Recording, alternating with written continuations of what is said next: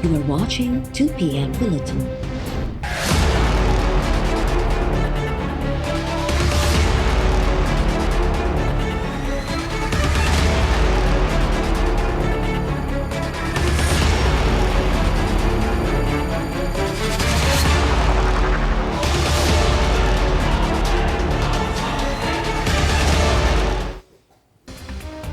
सिंध जे ॾिंगी ऐं बुंडार ॿेटनि ते नवां शहर अॾण लाइ अथॉरिटी क़ाइमु करण जो ऑर्डिनेंस ॻुझ ॻोहे में जारी थियण जो इंकशाफ़।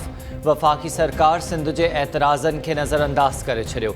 वज़ीर आज़म जी सिफ़ारिश ते पाकिस्तान आइलैंड अथॉरिटी क़ाइमु करण जो सदारती ऑर्डिनेंस जारी। चेयरमैन जी मुक़ररी लाइ इश्तिहार बि ॾिनो वियो। ऑर्डिनेंस में सिंध जे ॿेटनि खां सवाइ ॿिए कंहिं बि ॿेट जो ज़िक्र ई नाहे थियलु। अथॉरिटी ॾंगी ऐं बुंडार ॿेटनि ते नवां शहर अॾण, सनती ज़ोन ठाहिण ऐं आलमी सयाहत खे हथी ॾियण जो कमु कंदी। मिल्कियतूं ख़रीद करणु, विकिणणु, लीज़ या मसवाड़ ते ॾियण जा इख़्तियार बि अथॉरिटी हवाले। ॿेटनि ते मनसूबा मंज़ूर करणु, उन्हनि ते अमल कराइणु, टैक्स उगाड़ी करणु ऐं छूट ॾियण जा इख़्तियार बि अथॉरिटी खे ॾिना विया। ऑर्डिनेंस में चयो वियो आहे त अथॉरिटी निशानदही कयल इलाइक़नि में तरक़ी लाइ वफ़ाक़ या सूबाई हुकूमतुनि खे हिदायतूं तजवीज़ कंदी। सूबाई हुकूमतूं ऐं मातहत इदारा अथॉरिटी जी मदद जा पाबंद करार। सीड़पकारनि खे रिआयतूं, ठीका या फ़ाइदा ॾियण जो इख़्तियार बि अथॉरिटी हवाले।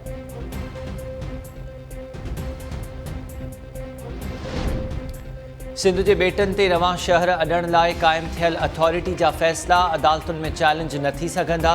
ॻुझ ॻोह में जारी थियल सदारती ऑर्डिनेंस तहत पाकिस्तान आइलैंड अथॉरिटी खे ग़ैर मामूली इख़्तियार हासिल। म्यूनिसिपल जा सैनिटेशन वारा समूरा इख़्तियार बि अथॉरिटी खे मिलियल। टैक्स उगाड़ण ऐं फिज़िबिलिटी रिपोर्ट जोड़ण वारा वफ़ाक़ तोड़े सूबाई हुकूमतुनि जा इख़्तियार बि ॾिना विया। रजिस्ट्रार मुक़ररु करणु ऐं आलमी इदारनि खां कर्ज़ वठण जा इख़्तियार बि अथॉरिटी खे हासिल। ऑर्डिनेंस में चयो वियो आहे त सुठी नियत सां कयल कम ख़िलाफ़ क़ानूनी कार्रवाई बि न थी सघंदी। आइलैंड अथॉरिटी जो पॉलिसी बोर्ड जोड़ियो वेंदो, जंहिंखे इंक्वायरीज़ ऐं सर्वे जा इख़्तियार बि हासिल हूंदा। अथॉरिटी जे मुलाज़िमनि खे सरकारी मुलाज़िम तसवुरु कयो वेंदो ऐं अथॉरिटी खे मुलाज़िमनि बाबति ज़ाब्ता जोड़ण जो इख़्तियार हूंदो।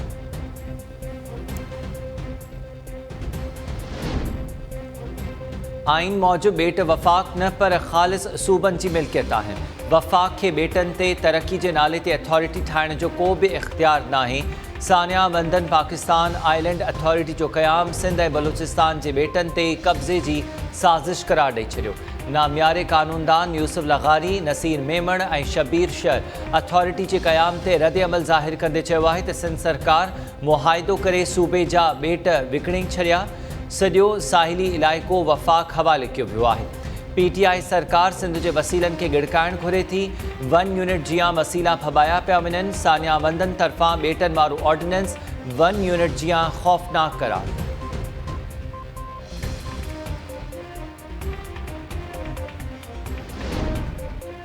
कराची सर्कुलर रेलवे ईंदड़ 6 महीननि में मौजूदा अलाइनमेंट ते बहाल थी वेंदी। जदीद KCR मंसूबे ते बि कमु जारी रहंदो।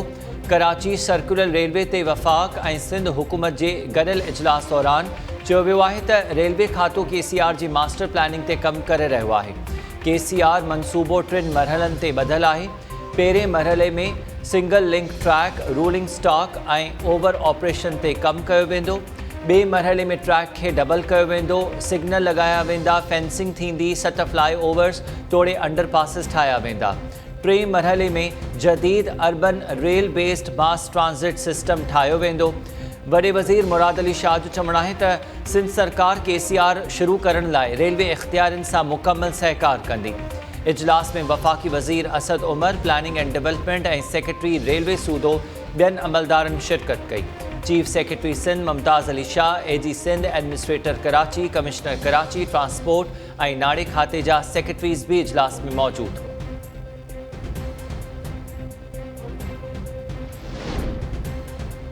अहिड़ियूं ख़बरूं मंज़रिआम ते आणे सघां थो जो मुल्क में ज़लज़लो अची वेंदो। मौलाना फज़लुर रहमान खे मशवरो ॾियां थो त बचो, हिननि तव्हां खे इस्तेमालु कयो, हाणे तव्हां इन्हनि खे इस्तेमालु करियो। वफ़ाक़ी वज़ीर शेख रशीद जो चवणु आहे त 31 डिसेंबर ऐं जनवरी में सभिनी खे बुहारो अची वेंदो। मरियम नवाज़ खे औरत हुजण जे करे जेके रिआयतूं मिलियूं हू पाण उहे रिआयतूं ख़त्म करणु घुरे थी। क़ौमी इदारनि ख़िलाफ़ जंग जो ऐलान कंदड़ नवाज़ शरीफ़ जी सियासत जो महवर रुगो संदसि ज़ात आहे। को बि मुस्लिम लीगी पाक फ़ौज ख़िलाफ़ नथो थी सघे। लाहौर में प्रेस कॉन्फ्रेंस दौरान शेख रशीद चयो त बिलावल भुट्टो ज़रदारी सां मोहब्बत आहे। मूंखे ख़बर आहे त पीपल्स पार्टी कॾहिं बि इस्तीफ़ा न ॾींदी। इमरान ख़ान बि चाहियो पए त नवाज़ शरीफ़ परदे हलियो वञे। हुन पाण ई अहिड़ो फ़ैसिलो कयो।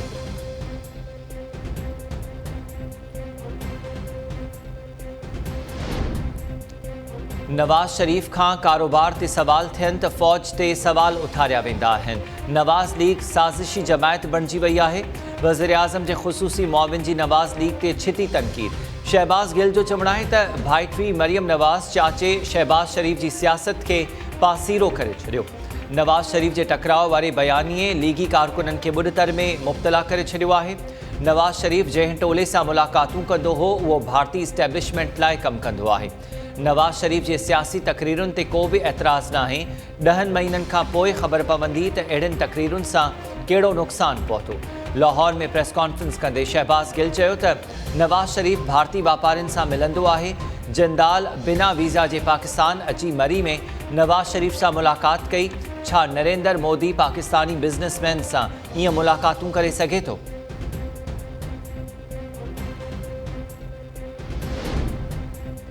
जेको थियणो हो सो थी वियो। हाणे अचो त वेही ॻाल्हियूं करियूं। असांजो कंहिं बि इदारे सां झेड़ो न आहे। सभु मुहिबे वतन आहिनि।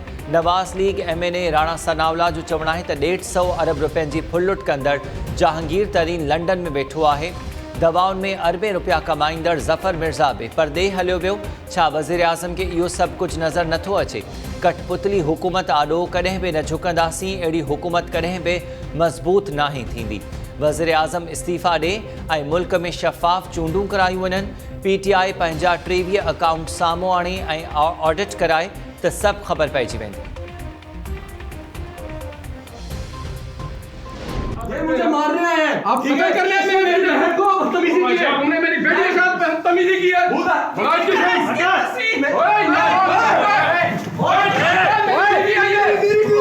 ओए हाथ पकड़ो पीछे। तू नहीं हाथ लगाएगा। मलीर में पुलिस सां मुबैना झेड़े दौरान गिरफ़्तार थियल नवाज़ लीग अॻवान निहाल हाशमी संदसि पुटनि नसीर ऐं इब्राहिम हाशमी जी ज़मानत मंज़ूर। कराची जी मक़ामी अदालत जवाबदारनि खे 20-20 हज़ार रुपयनि जा ज़मानती मचलका जमा कराइण जो हुकुम ॾेई छॾियो। अदालत ॿाहिरां मीडिया सां ॻाल्हाईंदे निहाल हाशमी जो चवणु हो त मूंखे ॿुधायो वियो त सादा कपिड़ा पहिरियल माण्हू पुटनि खे वठी विया आहिनि। आउं पंहिंजे घरवारीअ सूदो थाणे ते पहुतुसि त पुलिस अहलकारनि बदतमीज़ी ऐं झेड़ो कयो। सऊदाबाद थाणे ते निहाल हाशमी ऐं संदसि पुटनि ख़िलाफ़ तशद्दुद, ड्यूटी अटकाव ऐं मौतमार धमकियूं ॾियण जो केस दाख़िल।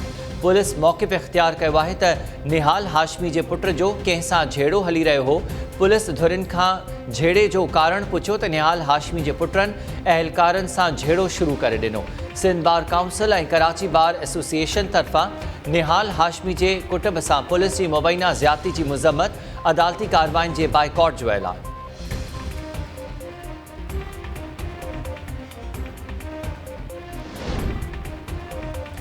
ऐवान ज़राअत सिंध 15 अक्टूबर खां शुगर मिल्स हलाइण ऐं कमंद जो अघु 300 रुपया फ़ी मण मुक़ररु करण जो मुतालबो करे छॾियो। सैयद मीरा मोहम्मद शाह ऐं ॿियनि अॻवाननि गॾियल प्रेस कॉन्फ्रेंस दौरान चयो आहे त सिंध में कणिक जी खोट आहे। शुगर मिल्स वक़्त सिर हलायूं वञनि त कमंद पोखियल ज़मीनूं ख़ाली कराए कणिक पोखण जो मरहलो शुरू करे सघिजे। सिंध सरकार खां शुगर मिल्स में कमंद जी पीड़ाई 15 अक्टूबर खां शुरू कराइण जो मुतालबो।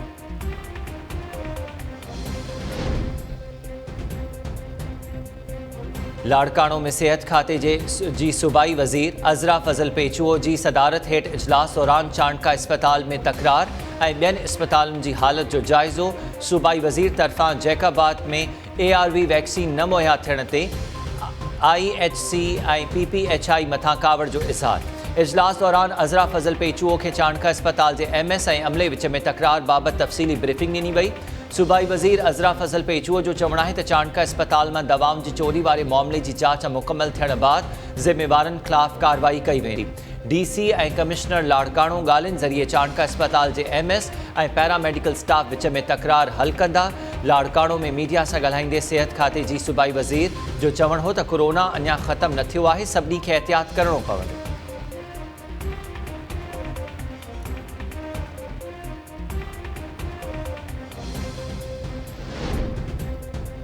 मटियारी भरिसां कल्याण बंद वटि कपड़ा धोइण दौरान पेर तिरकण जे नतीजे में औरत दरिया में किरी पई। ॿुॾी फौत मक़ामी माण्हुनि मस्मात ज़हरा रिंद जो लाश हथ करे वारसनि हवाले करे छॾियो। पिथोरो भरिसां ॻोठ पीर बख़्श आराई में नींगरी मीरा कोहली बरसाती पाणी जी खॾ में ॿुॾी फौत, लाश घर पहुचण ते कोहराम बरपा।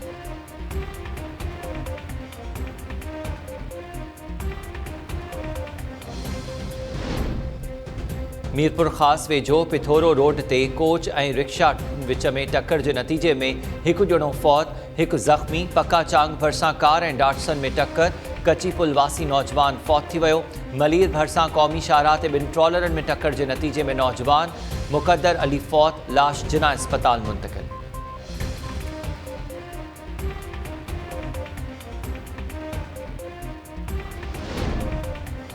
ऐं कोरोना वायरस में मुब्तला अमरीकी सदर डोनाल्ड ट्रंप साह में तकलीफ़ वधण बाद मिलिट्री इस्पताल मुंतक़िल। इस्पताल में ट्रंप लाइ ख़ुसूसी कमरो तैयार। डॉक्टर्स जो चवणु आहे त घणो वज़न ऐं वॾी उमिरि सबबि डोनाल्ड ट्रंप संगीन नौयत जे कोरोना में मुब्तला थी सघे थो। वाइट हाउस जे तर्जुमान जो चवणु आहे त डोनाल्ड ट्रंप खे ऑक्सीजन जी ज़रूरत आहे, खेसि तजुर्बाती एंटीबॉडीज़ ट्रीटमेंट ॾिनी पई वञे।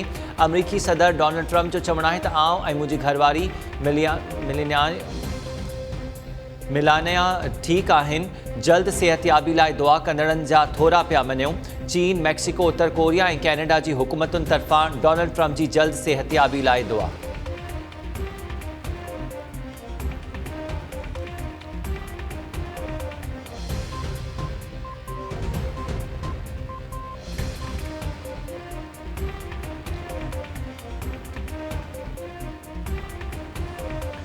अस्सलामु अलैकुम। टाइम न्यूज़ सगत माहिया हमीर शेख। हेडलाइंस हवानी थियूं, तफ़सीली ख़बरूं हिन ब्रेक खां।